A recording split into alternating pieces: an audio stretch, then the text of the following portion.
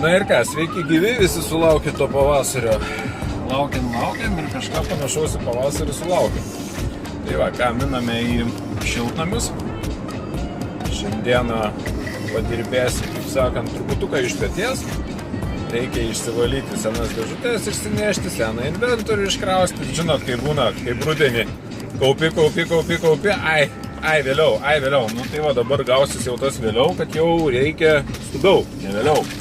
Jeigu orai leis, bandysim startuoti kovo 1 dienai su šildomu šiltnamiu.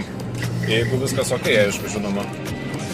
Tai va, parėjo mano siuntinukas, išbandysim šiandieną, galbūt prasitestuosim naują degiklį. Reikės biškį šildymo sistemą perdaryti, nes žiūrint ir orų prognozę, tai laukia linksmieji kalneliai pavasarį. Bus šilta, bus šalta, bus šilta, bus šalta.